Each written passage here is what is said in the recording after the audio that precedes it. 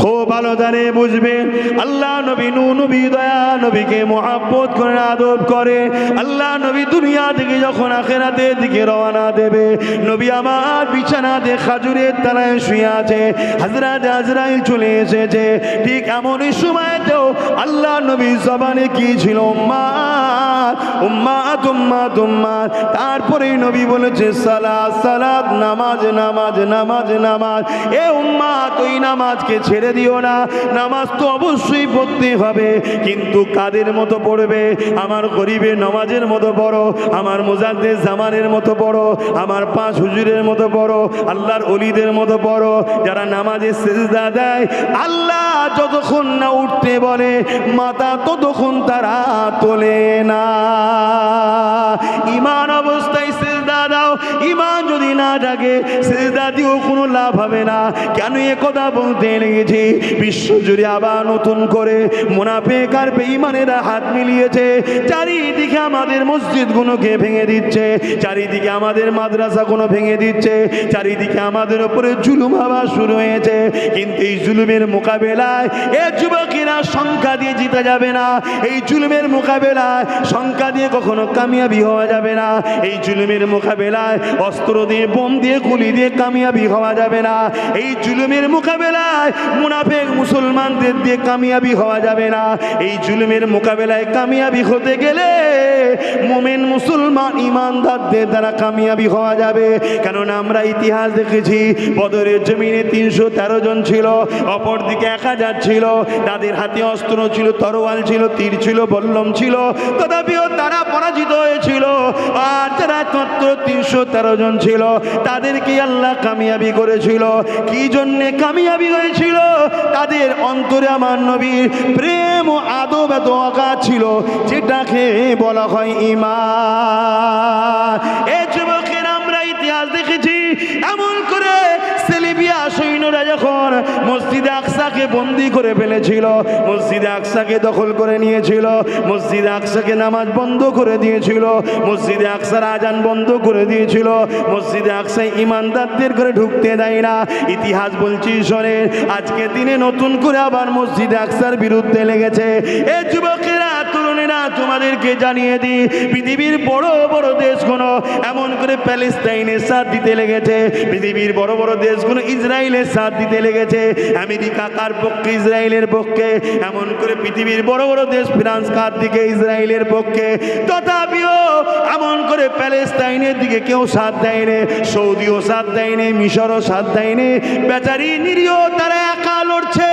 কিন্তু আল্লাহর শুকরিয়া আদায় করে তোমাদেরকে জানায় পৃথিবীর বড় বড় বড় বড় জালিম গুলো এক জায়গায় হওয়ার পরও আমার প্যালেস্টাইনকে তারা এখনো নোয়াতে পারছে না আরো জোরে বলুন সুবহান এর কারণটা কি এর কারণ কি নামাজ তো তারাও পড়ে তুমি আমিও পড়ি কিন্তু তুমি আমি তো সামান্য যদি পারায় রাত 12টায় পুলিশ ঢোকে অমনি তো ঘর ছেড়ে পালাচ্ছ আর তারা কামানের সামনে ট্যাঙ্কারের সামনে পাথর নিয়ে দাঁড়িয়ে লড়ছে এর কারণ কি তাদের অন্তরে আল্লাহ নবীর প্রেম রয়েছে ভালোবাসা রয়েছে তারা প্রতিজ্ঞা করে নিয়েছে এই মসজিদে আকসায় আমার নবী ইমামতি করেছে আমরা নিজেদের জীবন দিয়ে হলো মসজিদে আকসাকে হেফাজত করব আরো জোরে বলুন সুবহান এ যুবকেরা তরুণেরা বাপেরা সেলিবিয়া সৈন্যরা এখন মসজিদ আকসাকে দখল করে নিয়েছিল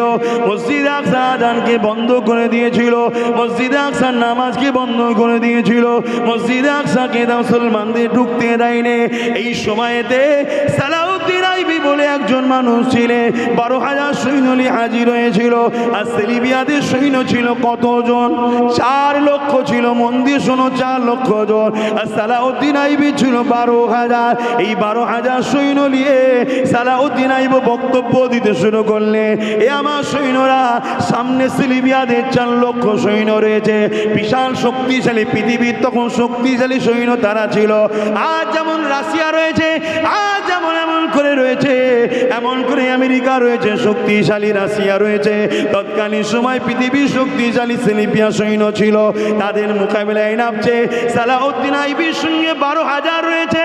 সালাউদ্দিন আইবি বলতে লাগলেন, এ দুনিয়া মানুষের আমার সৈন্য সামান্তরেরা, বলো তো দেখি, সামনে তো 4 লক্ষ সৈন্য রয়েছে, আমরা তো 12,000 রয়েছে, এই 4 লক্ষর মোকাবেলায় 12,000 এটা কি করে জিততে পারে, কি করে মোকাবেলা হতে পারে? তোমরা কি বলছো, ফিরে যাবে না মসজিদে আকসার জন্য আগিয়ে যাবে?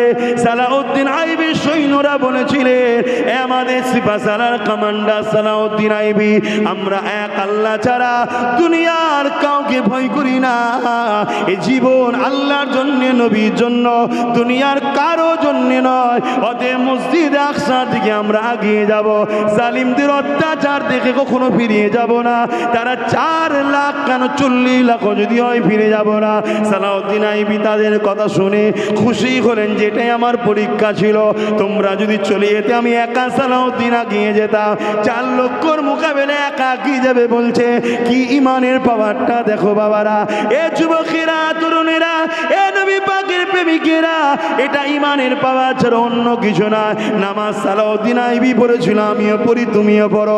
রোজা সালাউদ্দিন আইবি রেখেছিল, আমিও রাখি, তুমিও রাখি। হজ সালাউদ্দিন আইবি করেছিল, আমিও করি, তুমিও করি। তিনি বলছে 4 লক্ষর মোকাবেলা আমি একা যাব, আজ তুমি আমি গ্রামের 2-4টে জালিমের মোকাবেলা করতে পারিনি।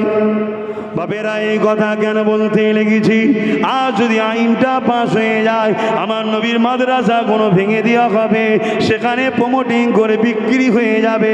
আমার আল্লাহর ঘর মসজিদ কোনো ভেঙে দেওয়া হবে, সেখানে প্রমোটিং করে বিক্রি করে দেওয়া হবে। এ যুবকেরা, তরুণেরা, বাবেরা, কবরস্থান কোনোকে খেলার মাঠ করে দেওয়া হবে, সেখানে বড় বড় কারখানা, ফ্যাক্টরি তৈরি হয়ে যাবে। তাহলে এই বিষয়ে তো তোমাকে জানানো দরকার আছে। কিন্তু দুঃখের বিষয় হলো, আজ আমরা দেখেছি যুগে যুগে ধরে একদল বক্তা, মৌলী সাহেব, পীর সাহেব, যারা আমার নবীর প্রেম আদবের বিষয়ে মুখ ঘুরিয়ে এলায়, অথচ দুনিয়ার জালিম নেতাদের জন্য তাদের বড় বড় ডায়লগ পাওয়া যায়, তাদের বড় বড় কথা পাওয়া যায়, তারা মানুষের জন্য ধোঁকা দিতে লেগেছে, তারা দুনিয়ার আজকে আকবারদের হয়ে কাজ করতে লেগেছে। খুব ভালো করে বোঝার চেষ্টা করবেন। এই জন্য আপনাকে বলে যাব, সোনা যেমন চিনতে গেলে কোষ্টি পাথর লাগে, সোনা চিনতে গেলে কি লাগে, জোরে জোরে বলেন, কোষ্টি পাথর লাগে। আপনি যদি অন্য পাথর দিয়ে সোনা চেক করতে যান, আপনি ঠকে যাবেন। তেমন কোন আলেমটা হক, কোন আলেমটা না হক, কে রাসূলুল্লাহর পক্ষে, কে রাসূলুল্লাহর পক্ষে নয়, কে গরিব মুসলমানদের দরদি, কে মুসলমানদের গাদ্দারি করছে, এগুলো চিনবেন কি করে? এটা চিনার জন্য যেমন সোনা চিনতে গেলে কোষ্টি পাথর লাগবে, এটা চিনতে গেলে আমার রাসূলুল্লাহকে লাগবে।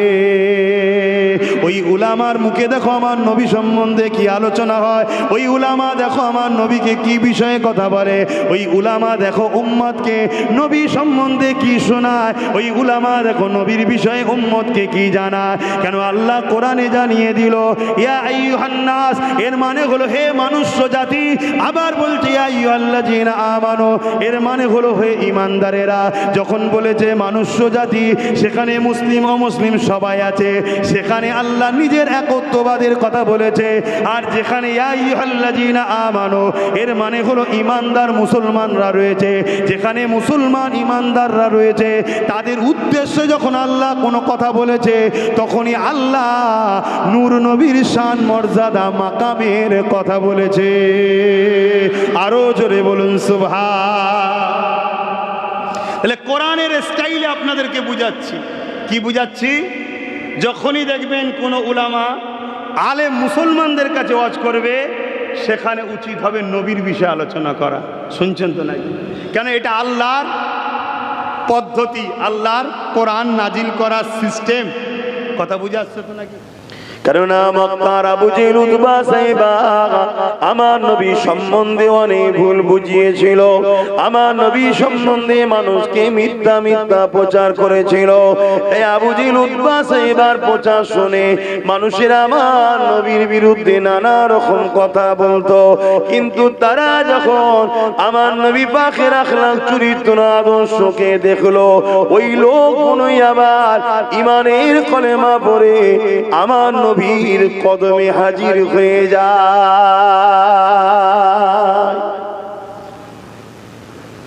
আমার নওজওয়ানেরা, তরুণেরা, বাপেরা, তারা আমার রাসূলুল্লাহর প্রেমিক হয়ে যায়। তারা আবু জেহেলের উপরে লানত দিতে থাকে যে আবু জেহেল কত বড় মৃত্যু, কত বড় কাযযাব, এত সুন্দর একটা ব্যক্তির বিষয়ে আমাদেরকে কত মিথ্যা কথা বলেছে। এ যুবকেরা, তার সম্বন্ধে একটা কথা বলি শুনুন। আমার নবী পাকের বিরুদ্ধে এত মিথ্যা প্রচার করেছিল, আবু জেহেল লোক দল তৈরি করে নিয়ে আমার নবী পাককে জানে পর্যন্ত মেরে দিবার প্ল্যান করলো। নবী পাকের হুজরা মোবারককে ঘিরে ফেলা হলো। আমার আল্লাহ পাক হুকুম করে দিলেন, হাবিব আপনি মক্কা থেকে ইয়াসরিফে চলে যান। আমার নবী পাক ইয়াসরিফে চলে গেল। ওই ইয়াসরিফে থাকার পরে একবার আল্লাহ নবী কাবা শরীফ তওয়াফ করতে আসছে। এখন কিন্তু নবী পাক আর একা নাই, আমার নবী পাকের পিছনে 1 লক্ষর উপরে কম বেশি যুবক দাঁড়িয়েছে। আরো জোরে বলুন সুবহানাল্লাহ। আপনাদের মুহাল্লায় আজান হচ্ছে? আচ্ছা, আজানটা হয়ে যায়। দরুদ শরীফ আল্লাহুম্মা সাল্লি আলা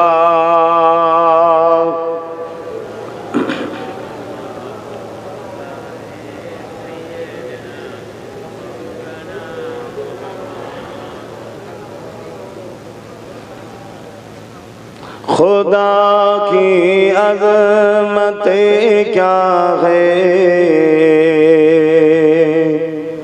मोहम्मद मुस्तफा जाने, मकामे मुस्तफा क्या है, मोहम्मद का खुदा जाने। कहा जिब्रील ने सिदरा तलक मेरी रसाई थी, कहा जिब्रील ने सिदरा तलक मेरी रसाई थी, है कितनी मंज़िल आगे नबी जाने खुदा जाने, खुदा की अज़मतें क्या है, मोहम्मद मुस्तफा जाने। हमें तो सुरखरू होना हया के निगाहों में, हमें तो सुरखरू होना हया के निगाहों में, ज़माने का है क्या ना से बुरा जाने भला जाने, खुदा की अज़मतें क्या है, मोहम्मद मुस्तफा जाने। अल्लाहुम्मा सल्ली अला, जोरे जोरे पढ़ें, वला आली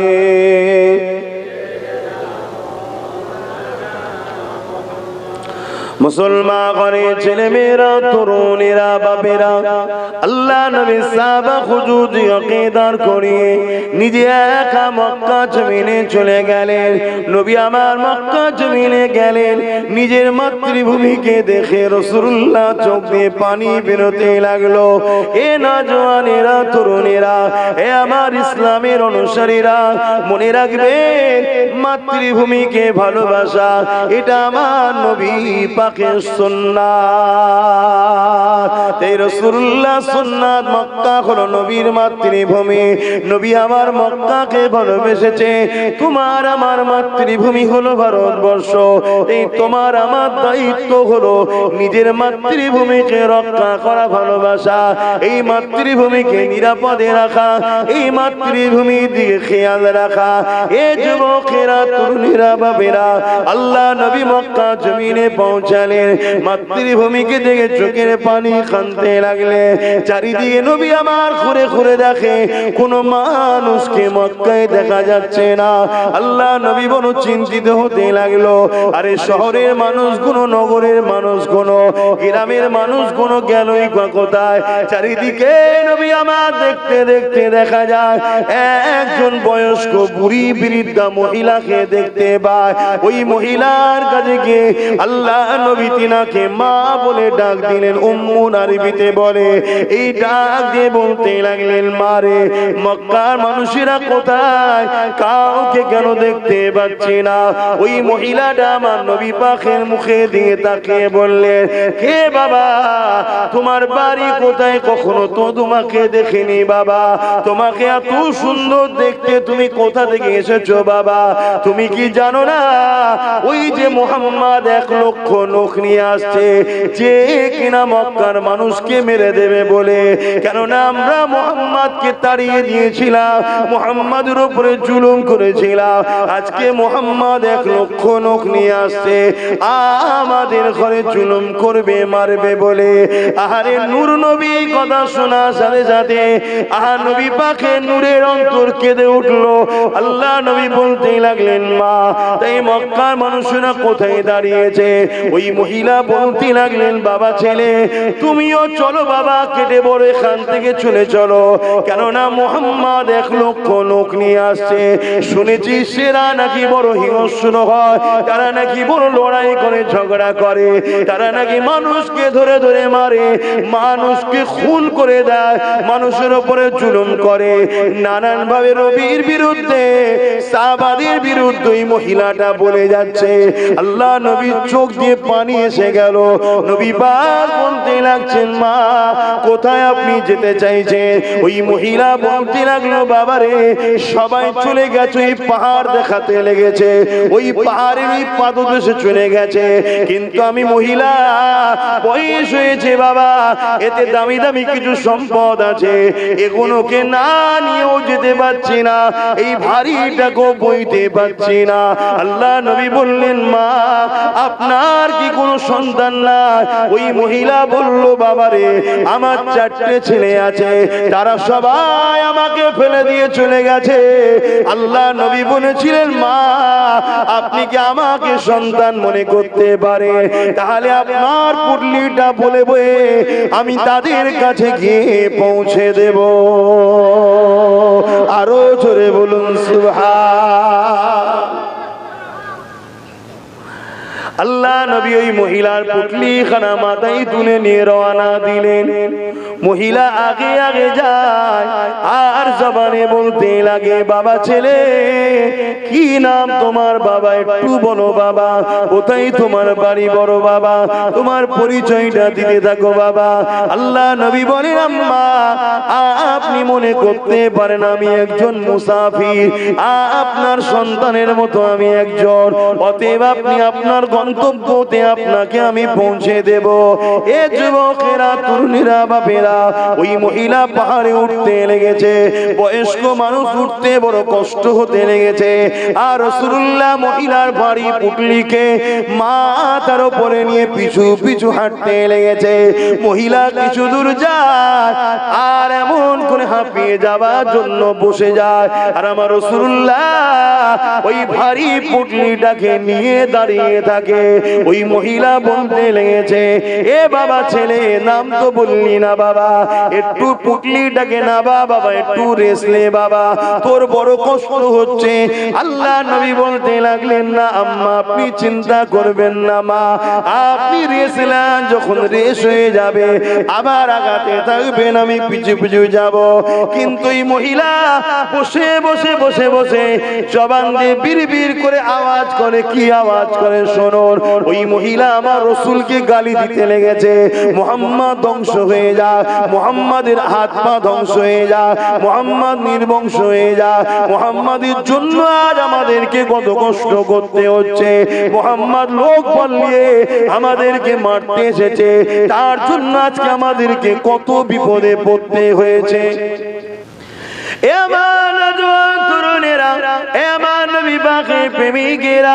আল্লাহ নবী নবী দয়ার নবীর বিরুদ্ধে যারা লড়াই করতে এসেছিল, আর এমন সময় দেখা যায় তাদের পানি শেষ হয়ে গেছে, পিপাসায় মরুভূমি এলাকা কলিজাখানা ফেটে যেতে লেগেছে। তাই তারা তাদের কমে তাদের দলে 2 জন মানুষকে পাঠাতে লেগেছে, যাও মুহাম্মদ রাসূলের কাছে পানি রয়েছে, তিনাকে যে বলো আমাদের পানি শেষ হয়ে গেছে, পানি দিবার জন্য। ওই 2 জন তাদেরকে বলতে লেগেছে, এটা কি করে সম্ভব, কেননা মুহাম্মদ রাসূলের বিরুদ্ধে তো আমরা লড়াই করতে এসেছি।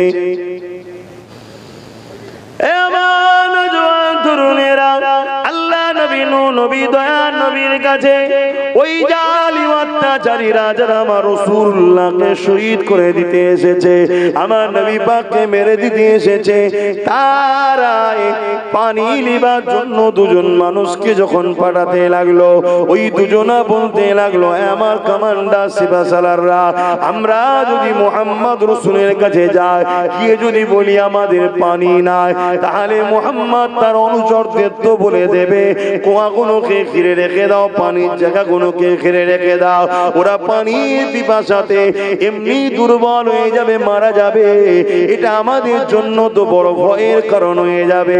এ যুবকেরা, তরুণেরা, বাপেরা, আমার নবী পাকের আদর্শ দেখো। এ নওজওয়ানেরা, ওই জালিমরাই তখন তাদের দলের লোকেদেরকে বলতে লেগেছে, না না না, মুহাম্মদ রাসূল আমাদের কাছে ছোট থেকে বড় হয়েছে, 40 বছর ধরে দেখে আসছে, কোনো দিনের জন্য কোনো মানুষের খোদা লেগেছে কেড়ে নাই না, উপরন্তু নিজে না খেয়ে মানুষকে খাইয়েছে, কারো পিপাসা লাগলে তার পিপাসা পান করিয়েছে, তার পিপাসা মিটিয়েছে। আমরা বলি শোনো, মুহাম্মদ রাসূলের কাছে যা, তিনি এমন একজন ব্যক্তি, তিনি তিনার দুশমনদের ঘরও খানা খাইয়েছে, দুশমনদের ঘরও পানি পান করিয়েছে, আমরা নিজের চোখে দেখেছি। আমাদের বিশ্বাস তিনি পানি দিয়ে দেবে। ওই 2 জন চলে এলো আমার রাসূলুল্লাহ দরবারে বড় ভয়ে ভয়ে, এসে বলতে লাগলো, আমাদের ঘরে বিরোধী পক্ষরা পাঠিয়েছে পানি দিবার জন্য, পানি আমাদের শেষ হয়ে গেছে, বড় পিপাসাতে আমাদের কষ্ট হতে লেগেছে। সাহাবা হুজুররা বলতে লাগলেন, ইয়া রাসূলুল্লাহ, হাবিবাল্লাহ, এই তো আমাদের সুযোগ, কেননা ওদের সংখ্যা অনেক বেশি, আমাদের সংখ্যা অনেক কম, কিন্তু আল্লাহর মর্জি, ওরা যখন পিপাসাতে পড়েছে, ওরা আর কোনোভাবে আমাদের সঙ্গে পারবে না, আমরা কামিয়াবি হয়ে যাব। আল্লাহ নবী বলেছিলেন, এ বাবা সাহাবারা, ইসলাম পিপাসিত মানুষের পিপাসা মিটাবার না, হতে পারে তারা আমার বিরুদ্ধে লেগেছে, তারা আমি রাসূলুল্লাহকে জানে না, চেনে না, বলে লেগেছে, তবে মনে রাখো, কারো যদি পিপাসা মিটাও, রোজে ময়দানে মাশরে আমার আল্লাহ তাকে আবে কৌসারের পানি দিয়ে পিপাসা মিটাবে। আমি রাসূলুল্লাহ অর্ডার দিলাম, ওদেরকে পানি নিবার ব্যবস্থা করে দাও। আরো জোরে বলুন সুবহান।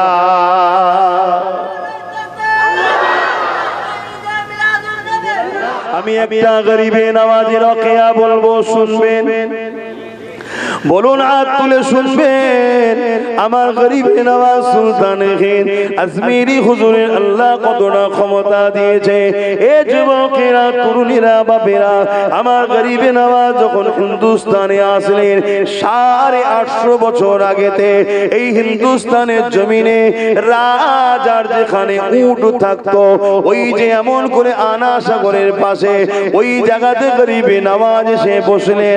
ওই ময়দানটা বিশাল বড় ময়দান, এখন তো ঘর বাড়ি ছোট হয়ে গেছে। ওই জায়গার এক সাইডে গরিবে নওয়াজ এসে দাঁড়ালেন।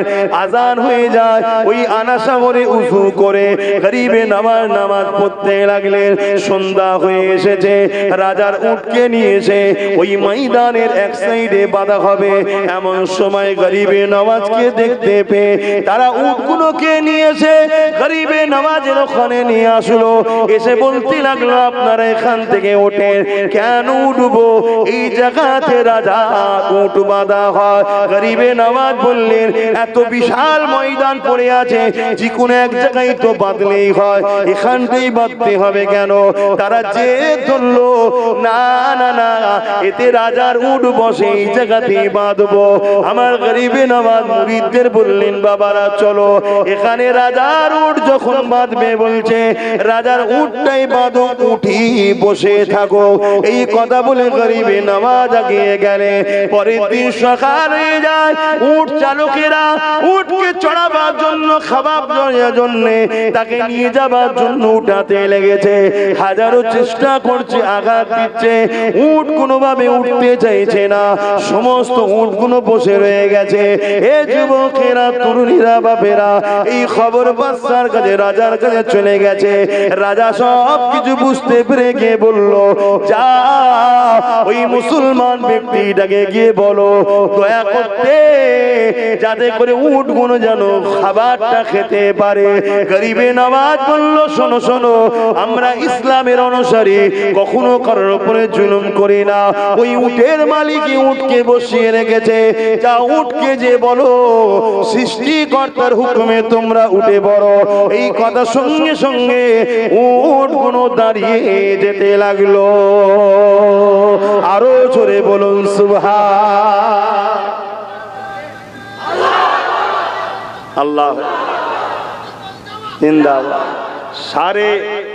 850 বছর যে গরিবে নওয়াজের এক ইশারায় উট বসেছিল, ওই উট তুলতে পারেনি যারা, তাদেরই কিছু চেলা চামটা এখন চিল্লাচ্ছে গরিবে নওয়াজের নাকি মাজার তুলবে। নওজওয়ান তরুণেরা, এমন নবী পাকে প্রেমিকেরা, কারণ হলো একটাই, ইসলামের আলোর কাছে তাদের দুর্নীতি, তাদের জুলুম, অত্যাচারটা বারবার ধরা পড়ে। এই জন্য যুগে যুগে দুই শ্রেণীর মানুষ ইসলামের সব থেকে বেশি বিরোধী করেছে। এক শ্রেণী হলো জালিম অত্যাচারী শাসক, দ্বিতীয় শ্রেণী হলো ধর্মের নামে যারা ভণ্ডামি করে। এই দুই শ্রেণীর মানুষ ইসলামের আলোর কাছে বারবার তাদের মুখোশ খুলে যায়। এই জন্য তারা সর্বসময় চায় ক্ষমতার জোরে ইসলামকে মিটিয়ে দেব। তারা আমার নবী পাকের সময়ে তো আবু জেহেল চেয়েছিল ক্ষমতা দিয়ে আমার নবী পাককে মিটিয়ে দেবে, কিন্তু আবু জেহেল মিটে গেছে। আমার নবী পাক আজও রওজা মুবারকে হায়াতে তোমার আমার জন্য কাঁদতেছে। আজকে ওই আবু জেহেলের উত্তরসূরিরা নবীর দিনকে মিটাতে চাইছে। নবীকে সেদিন মিটাতে চেয়েছিল, পারেনি, আজকে নবীর দিনকে মিটাতে চাইছে। এ নওজওয়ানেরা, আবু জেহেল কত দিন আমার নবীর উপরে জুলুম করেছে। আল্লাহ নবীকে মেরে দিবা, আল্লাহ নবীকে শহীদ করে দিবার কত দিক দিয়ে ষড়যন্ত্র চালিয়েছে কিতাবের মধ্যে পাওয়া যায়। আমার নবী পাক যখন সিজদায় পড়ে যেতেন, লা ইলাহা ইল্লাল্লাহ, নেই কোনো ইলাহা এক আল্লাহ ছাড়া, ওই এক আল্লাহ রব্বুল আলামিনে যখন সিজদায় আমার নবী পড়ে যেতেন, আমার নবী পাককে কষ্ট দেবে, মেরে দেবার জন্য, জুলুম করার জন্য আমার নবী পাকের পিঠের উপরে পচা দুম্বার ভুঁড়ি পর্যন্ত চাপিয়ে দিত। এই যুবকের একদিন তো এত পচা দুম্বার ভুঁড়ি চাপিয়েছে, দয়ার নবী আমার পুরো ঢাকা পড়ে গেছে, নিঃশ্বাস নিতে পারছে না। হযরতে খাতুনে জান্নাত প্রতিদিন আব্বা জানের পিঠ থেকে দুম্বার ভুঁড়িগুলো নামিয়ে দেয়। এই দিনেতে রাসূলুল্লাহকে আর দেখা যাচ্ছে না, পুরো দুম্বার ভুঁড়ি চাপিয়ে দিয়েছে। আহা নবী আমার নিঃশ্বাস নিতে পারছে না। হযরতে খাতুনে জান্নাত আগে এসে, তখন তিনি ছোট ছিলেন, আব্বা জানের পিঠ থেকে এই পচা দুম্বার ভুঁড়িগুলোকে আস্তে আস্তে নামিয়ে দিল। আমার নবী পাক সিজদা থেকে মাথা তুললে,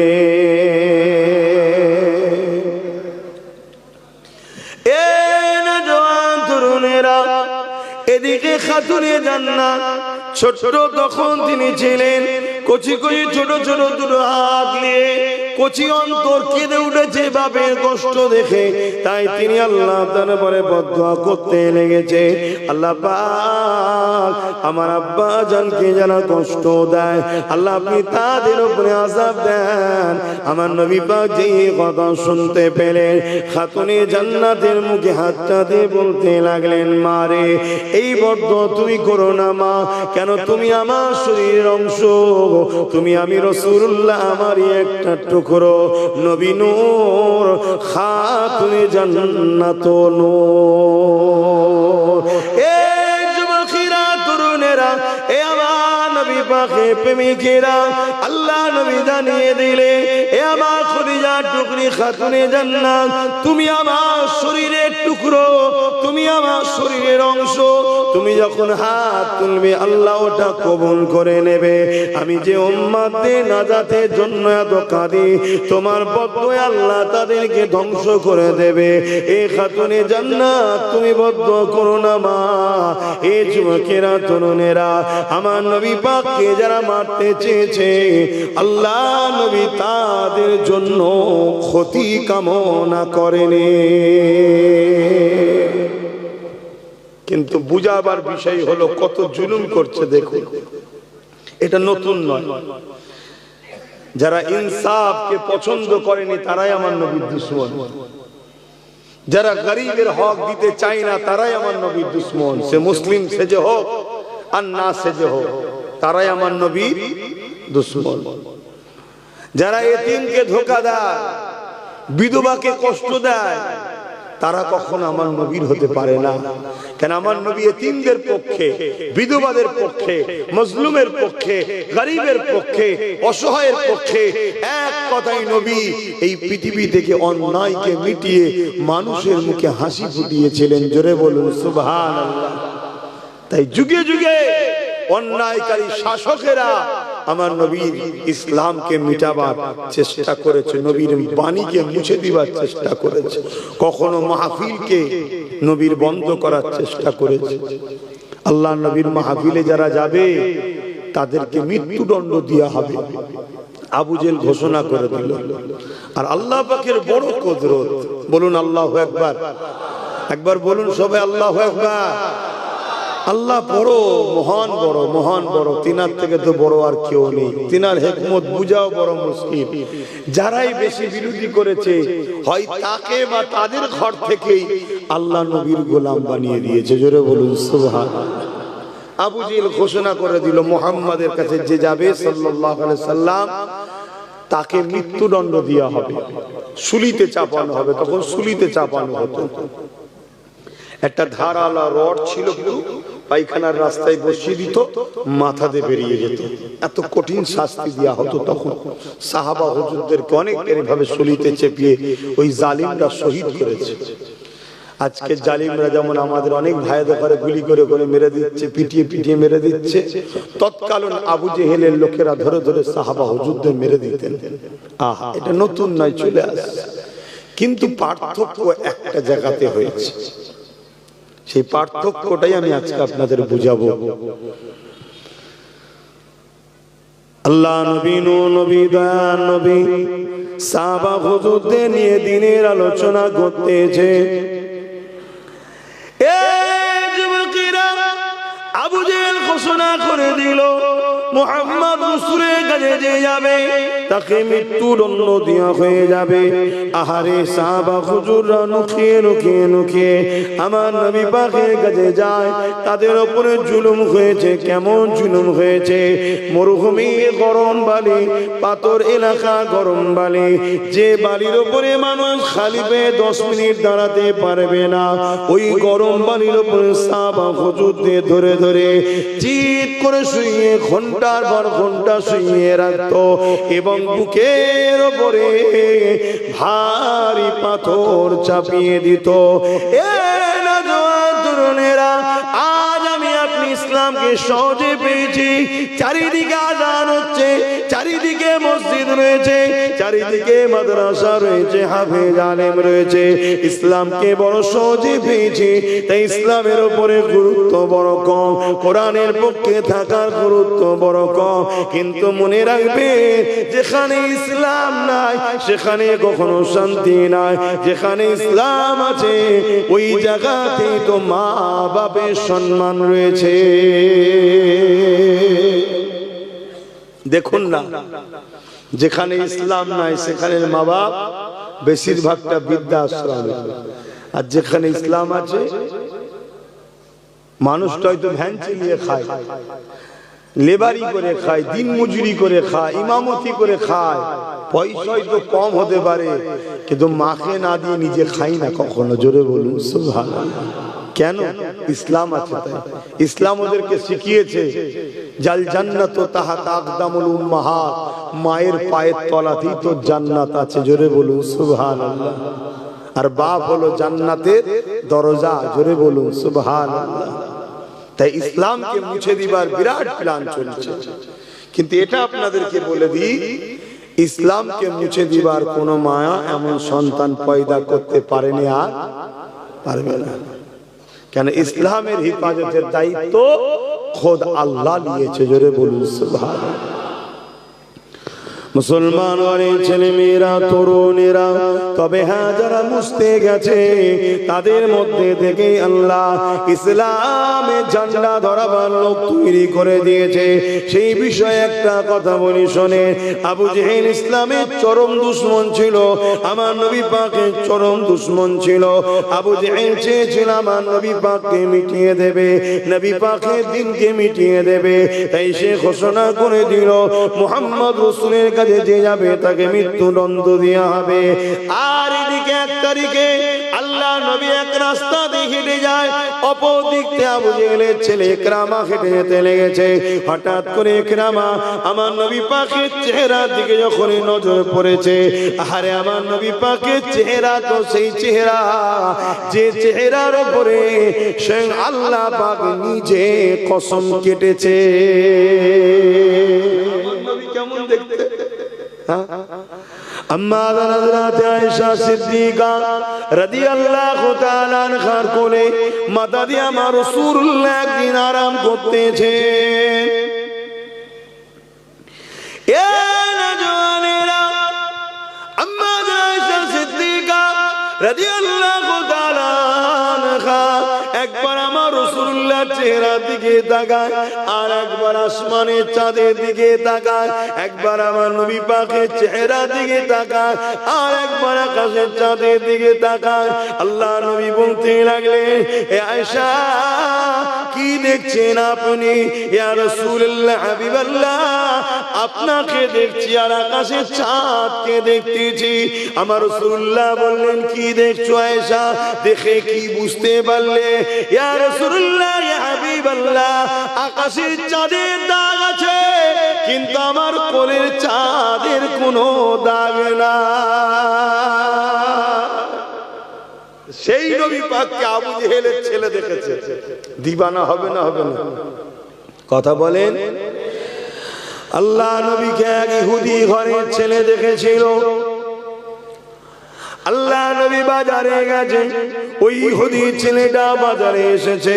আমার নবী পা মানুষের সঙ্গে কথা বলে, আমার নবী পা একে অপরের সঙ্গে কথা বলে। ওই ইহুদি ঘরের যুবকটা আমার নবী পাককে দেখতে লেগেছে।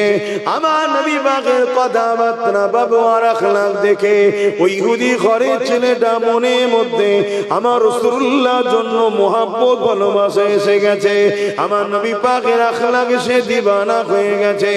এ যুবকেরা তাই লুকিয়ে লুকিয়ে লুকিয়ে আমার নবী পাক যখনই যেখানে যায় ওই ইহুদি ঘরের যুবকটা ফলো রাখে, আমার নবী পাককে অনুসরণ করে চলে, আমার নবী পাককে খেয়াল করে।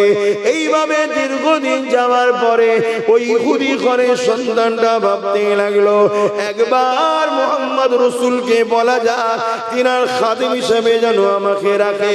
এত সুন্দর আখলাক চরিত্র, এত দরদি মানুষ তিনি, আশা রাখছি বললে আমাকে ফিরিয়ে দেবেন না।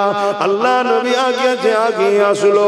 ওই ইহুদিটা আগে এসে বলতে লাগলো, হে আব্দুল্লাহর বেটা মুহাম্মদ সাল্লাল্লাহু আলাইহি ওয়াসাল্লাম, আমি ইহুদি ঘরের যুবক, আপনার কথাবার্তা ব্যবহার আখলাক আমাকে বড় ভালো লাগে, আমি আপনার সাথে থাকতে চাই। আপনি সফরে যাবেন, আপনার সাথে যাব, আপনার সঙ্গে উঠা বসা করব, তবে একটা শর্ত হলো আমি আমার বাপ দাদা ধর্ম ইহুদি ছাড়ব না। তো একদিন হুজুর নবাবী শরীফ থেকে বেরোচ্ছেন, আর ও প্রতিদিন জুতো লাগিয়ে দিত পায়ে, আর দেখছে জুতোটা অন্য সাহাবী দিচ্ছে। আল্লাহ নবী বলে উঠলেন, বাবা সাহাবী রে, তুমি জুতা দিচ্ছ, আমার সেই ইহুদি ঘরের যুবকটা কোথায় গেল? ওই সাহাবীরা বলতে লাগলেন, ইয়া রাসূলুল্লাহ হাবিবাল্লাহ, সে বড় অসুস্থ, বড় বিমারে, মনে হয় সে আর বাঁচবে না, বড় অসুস্থ, সে বড় কষ্টের মধ্যে রয়েছে, বিছানা সজ্জিত হয়ে গেছে।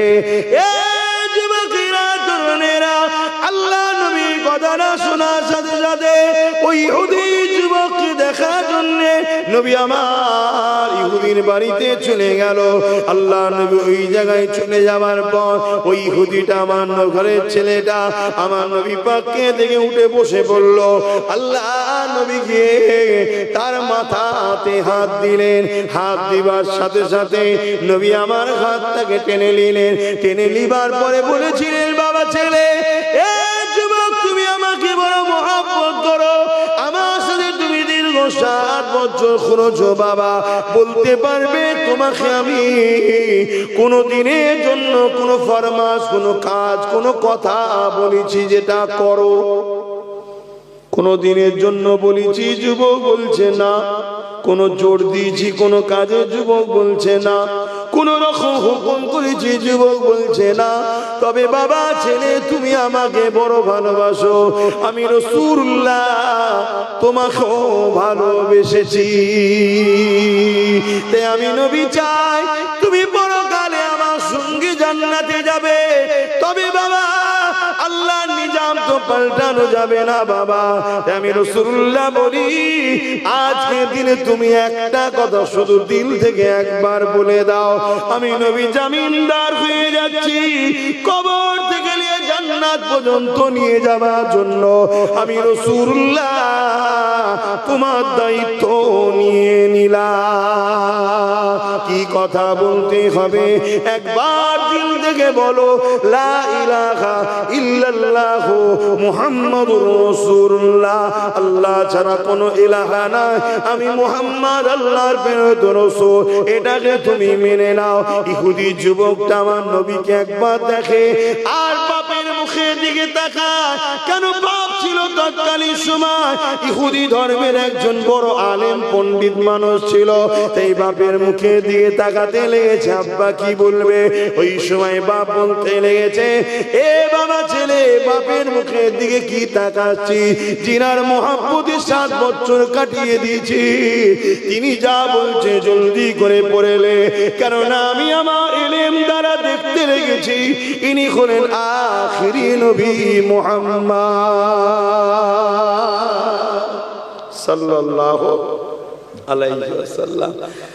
ছেলেটা কলেমা পড়তে লেগেছে, লা ইলাহা ইল্লাল্লাহু মুহাম্মাদুর রাসূলুল্লাহ সাল্লাল্লাহু আলাইহি ওয়াসাল্লাম। সঙ্গে সঙ্গে ইন্তেকাল হয়ে গেল। ইন্না লিল্লাহি ওয়া ইন্না ইলাইহি রাজিউন। আল্লাহ নবী সাহাবাদের বললেন, গোসল দাও, আমি নবী এই ছেলেটার জানাজা পড়ব। জোরে বলুন সুবহানাল্লাহ। নবী ইমামতি করলেন, জানাজা পড়লেন। হাই রে কপাল, কি কত বড় কপাল বলুন তো, কত বড় কপাল। গৌসুল আজম বড় পীর সাহেবের থেকেও বড় কপাল, খাজা গরিবের নওয়াজের থেকেও বড় কপাল, মুজাদ্দিদ জামান দাদা হুজুরের থেকেও বড় কপাল। কেন? ওই যুবক আর সাধারণ যুবক নাই, এখন তিনি সাহাবী হয়ে গেছে। জোরে বলুন সুবহানাল্লাহ। আর সাহাবীদের সম্মান কত? নবীদের পরে, শুনছেন তো, নবীদের পরে আর সাহাবাদের পরে ওলিয়া উলিয়া গৌস কুতুব সব পর পর তফকা আছে।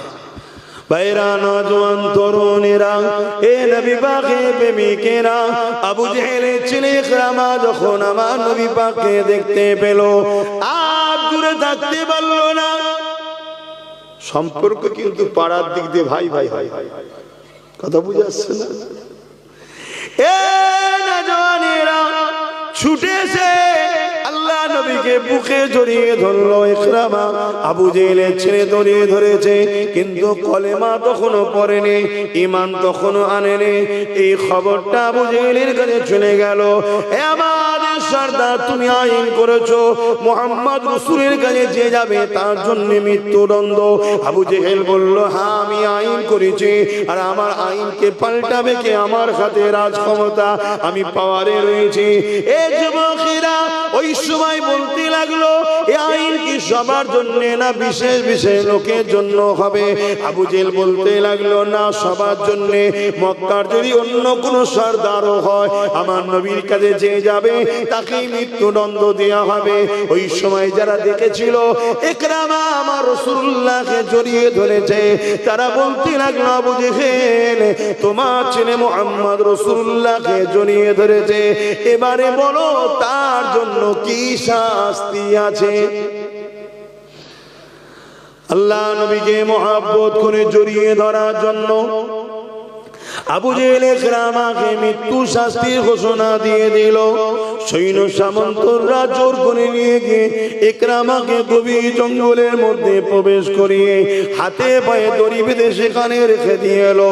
এদিকে চারিদিক থেকে হিংস্র পশুরা মানুষের খুশবু পেয়ে আগিয়ে আসতে আসতে লেগেছে, কিন্তু যেই আসে ইকরামার থেকে দূরে গিয়ে গোল করে ঘিরে ইকরামার মুখের দিকে তাকিয়ে বসে, কেউ হামলা করছে না।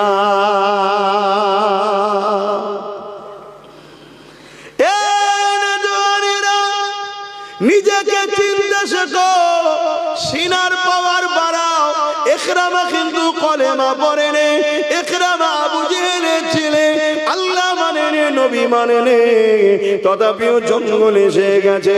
হিংস্র পশুগুলো আসতে লেগেছে, তাকে কিন্তু খেতে চাইছে না। গোল করে সে ঘিরে বসে ইকরামার দিকে তাকিয়ে রয়েছে। ঠিক এমন সময় ইকরামা বলে উঠলো, হে আল্লাহ পাকের সৃষ্টি মখলুকেরা, কেন তোমরা আমাকে খাচ্ছ না? কেন তোমরা আমাকে কেন ভোগ করছো না? এই জঙ্গলের পশুরা হিংস্র পশুরা কেন তোমরা আমাকে খাচ্ছ না? এই জন্য কি জন্য খেতে লাগছো না? ওই সময় ইকরামার কথাতে এই যুবকেরা, আল্লাহ তো তিনি যিনি সর্বশক্তিমান, ওই পশুদের মধ্যে থেকে একটা পশু বড় বাঘ ছিল, সে আগে আগে আগে আগে এসে পিঠ টেনে টেনে একরামার সামনে আগে এসে বলতে লেগেছে, একরামা রে, মানুষকে তো খেতে আমাদের বড় ভালো লাগে, মানুষের গোশত তো আমাদের জন্য খাওয়া চলে, কিন্তু তোমাকে খেতে পারবো না, কেননা তোমার শরীর থেকে আল্লাহ নবীর খুশবু বাহির হচ্ছে। আরো জোরে বলুন সুবহান।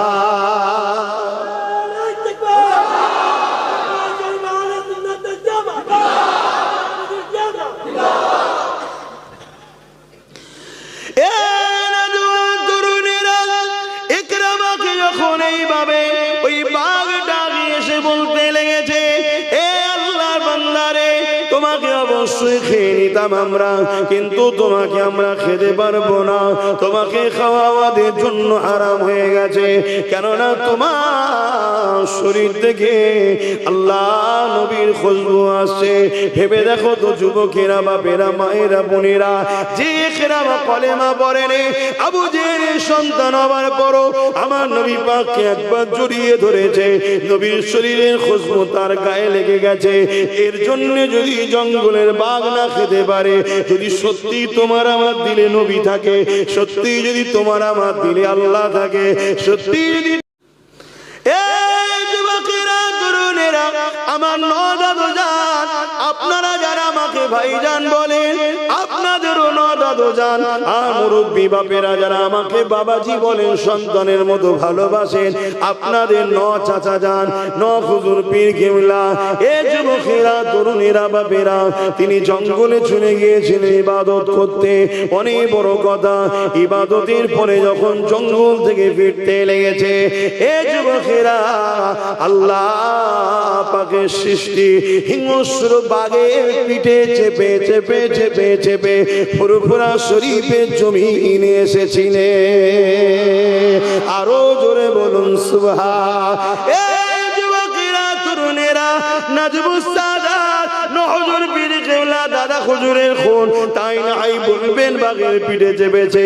না না, শুধু তিনি নয়, চলে আসুন প্রতাপ চন্দ্র সেন, যিনি দাদা হুজুরের হাতে হাত দিয়ে ইমানের নূরে কালেমা পড়ার পরে সুফি আব্দুল মোমিন নাম হয়ে যায়। ওই আব্দুল মোমিন শেখ হুজুর যিনাকে বাকুলে হাওড়া জেলায় শুয়ে আছে, তিনাকে দাদা হুজুর বলেছিলেন, বাবা জঙ্গলে গিয়ে ইবাদত করো বাবা।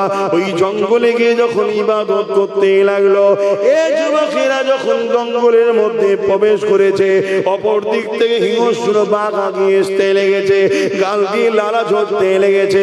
এমন সময় আব্দুল মোমিন বলতে লেগেছে, এ জঙ্গলে হিংস্র বাঘ, শুধু রেখে দাও, সর্বশক্তিমান হলো আল্লাহ, আল্লাহর বিনা হুকুমে তুমি আমাকে খেতে পারবে না। যদি আল্লাহ তোমার জন্য আমাকে রিজিক রাখে, অবশ্যই খেয়ে ফেলবে। তবে একটা কথা শোনো, আমি জঙ্গলে এমনি এমনি আসেনি, আমার পীর জাবানার মুসাদে আবু বকর সিদ্দিক আমাকে পাঠিয়েছে। ওই বাঘটা পোষা বিড়ালের নাই, আব্দুল মোমিন শেখ হুজুরের কাছে এসে গায়ে গা ঘুষতে লেগেছে। আরো জোরে বলুন সুবহান। আরেকটা নেবেন? আরেকটা প্রমাণ নেবেন? আপনারা তো উত্তর 24 পরগনার মানুষ, আপনারা বড় ধন্য, কেননা আপনাদের বুকে শুয়ে আছে আমার দাদা হুজুর রহমাতুল্লাহ আলাইহির উপযুক্ত সন্তান হাফিজুল হাদিস আল্লামা রুহুল আমিন রহমাতুল্লাহ আলাইহি। হুজুর যখন আমার দাদা পীরের সঙ্গে জলসায় যাচ্ছে, হুজুরের সঙ্গে যেতে লেগেছে, হঠাৎ করে সুন্দরবনের ভেতর দিয়ে যাচ্ছে, গ্রামে একটা জায়গায় যাবে, সুন্দরবনের ভেতর দিয়ে যেতে লেগেছে। তখন তো বাবার গাড়ি ঘোড়ার ব্যবস্থা ছিল না, গরুর গাড়ি করে যেতে লেগেছে। গরুর গাড়ির যিনি চালক রয়েছে, তিনি লাফ মেরে হুজুরের কাছে চলে এসেছে, যেটা গরুর গাড়ির ভেতরে খিরা একটা তাবু মতো থাকে, তার মধ্যে প্রবেশ করেছে। হুজুর বলতে লেগেছেন, কি হয়েছে বাবা? আর গরুগুনা তো লাফালাফি করছে কেন রে বাবা? বসে থাকতে তো বড় কষ্ট হচ্ছে রে বাপ। ওই সময় বলতে লেগেছে, হুজুর আর বাঁচার কোনো উপায় নেই, একটা হলে নাই হতো, দুটো বাঘ সামনে এসে গেছে। হুজুর তার আগে আগে আসতে লেগেছে, আগে দেখতে লেগেছে। এ যুবকেরা, তরুণেরা, বাপেরা, মন দিয়ে শোনেন গো বাবা। কাদের সঙ্গে মহব্বত জুড়েছেন আপনারা, কাদের সঙ্গে হাত মিলিয়েছেন আপনারা, কোন সিলসিলার অনুসারী আপনারা হয়েছে, এটা মন দিয়ে শুনে রেখে দেন, জেনে রেখে দেন। এই কথা যখনই দাদা হুজুরের কানে আসে, দাদা হুজুর বলতে লাগলে, এ বাবা বড় মাওলানা, এ বাবা রুহুল আমিন, মুখটা একবার দেখাও না রে বাবা, ওদেরকে একটু বলো না, ওরা যদি জঙ্গলের বাঘ হতে পারে, আমি আবু বকর, আমার বাঘও এখানে রয়েছে, রুহুল আমিন দেখা দিয়ে দাও। আরো জোরে বলুন সুবহান। এ যুবকেরা, তরুণেরা, যেন মনে হয় সাক্ষাতেই এসেছিল। রুহুল আমিন সাহেব পর্দা সরিয়ে যেই মুখটাকে বার করেছে, দুজন দুদিকে ন্যাজ লড়াতে লড়াতে চলে যায়। এ যুবকেরা, চেঙ্গিস খানের সামনে যখনই বলেছে আল্লাহ আছে, চেঙ্গিস খান রেগে গিয়ে জাল্লাদকে বলল, এই দরবেশ মুরব্বির গর্দানটাকে ঘোড়া যেই মুখ দিয়ে বেরিয়েছে, ঘোড়া হঠাৎ করে লাফাতে শুরু করেছে। এমন লাফাতে লেগেছে, আর সবার মনটা ওই চেঙ্গিস খানের ঘোড়ার দিকে চলে গেছে। এই সময় ঘোড়া এবারে ছোটা শুরু করেছে। এ যুবকেরা, তরুণেরা, বাপেরা, চেঙ্গিস খান হাজারো চেষ্টা করছে রুকার জন্য, রুখতে পারছে না। কখনো ডান দিকে লাফায়, কখনো বাঁ দিকে লাফায়, বিভৎস ভাবে সিস্টেমের বাইরে গিয়ে ঘোড়া ছুটতে লেগেছে। এই চেঙ্গিস খান ঘোড়াকে রুখতে পারছে না। হঠাৎ করে ঘোড়ার পিঠ থেকে পড়ে গেল, কিন্তু একটা পা ঘোড়ার যেখানে পা রাখে ওই পায়েতে জড়িয়ে গেল। তাহলে ঘোড়ার সাথে এবারে ঝুলে ঝুলে ছুটতে লেগেছে। একবারে পাথরে মাথা লাগে, একবার ওই পাথরে লাগে, একবার এখানে লাগে, মাথার খিল বেরিয়ে যায়, ওখানে লাগে মাথার আর একটা খুলি ছিটকে বেরিয়ে যায়। এভাবে ভাঙতে ভাঙতে ক্ষীণগুণ বেরোতে বেরোতে চেঙ্গিস খান যতক্ষণ না মরেছে, ওই ঘোড়াটা ততক্ষণ পর্যন্ত দাঁড়ায়নি। শুনছেন? হ্যাঁ যুবক, শুনছো? সেই আল্লাহ আমাদের আছে না নাই? আচ্ছা, আমি কোরআনের পক্ষে কথা বললাম আমার জন্য না আল্লাহর জন্য? মসজিদ মাদ্রাসার জন্য কথা বললাম আমার জন্য আল্লাহর জন্য? তা আমিও বলছি আল্লাহ আছে। কেউ যদি সাহস, যে ক্ষমতার পাওয়ার দেখাতে যায়, আল্লাহ একে প্লেন থেকে ফেলে মেরে দেবে। শুনছেন না? শুনছেন? দেখা যাবে একটা ডানা ভেঙে গেছে, ধোঁ বেরোচ্ছে, নিয়ে যে কোন পাহাড়ে যে গ্রাম ঝাড়বে, একদম ঠিকঠাক। ভুল বলছি? বলো ভুল বললো? হ্যাঁ, তুই তোর জায়গায় থাকি যা বাবা। তুই কি ধর্ম করবি, কি স্লোগান দিবি, তুই কি মন্দির করবি, কি গির্জা করবি, কি করবি, তোর যা ভাল লাগছে করবে যা বাবা। আর তোকে কে সাথ দেবে না দেবে তাকে থাকবে যা বাবা। তুই আমার মসজিদ মাদ্রাসা কোরআনে হাত দিবি না। আমার কথা বলা ভুল হচ্ছে, কিন্তু আর বলবো না।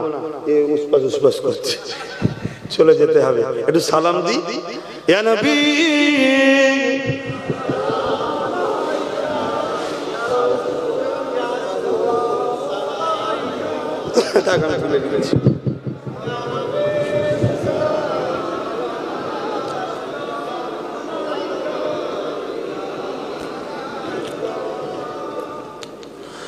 طلع البدر علينا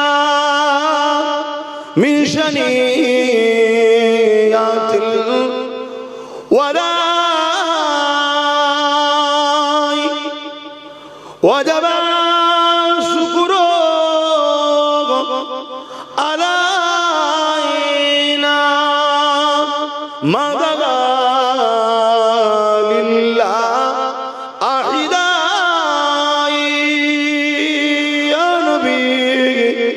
سلام يا رسول سلام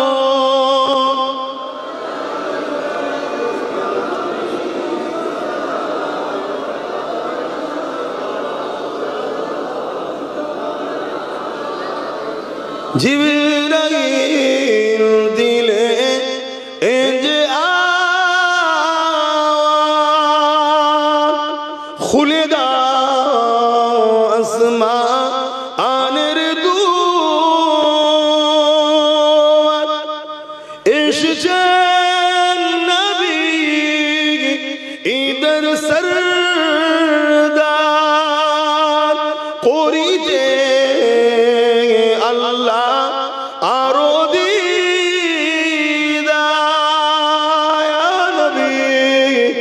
سلام يا رسول سلام يا حبيب صلوات الله بلغ العلا بكماله كسب الدجى بجماله حسنت جميع خصاله صلوا عليه وآله اللهم صل على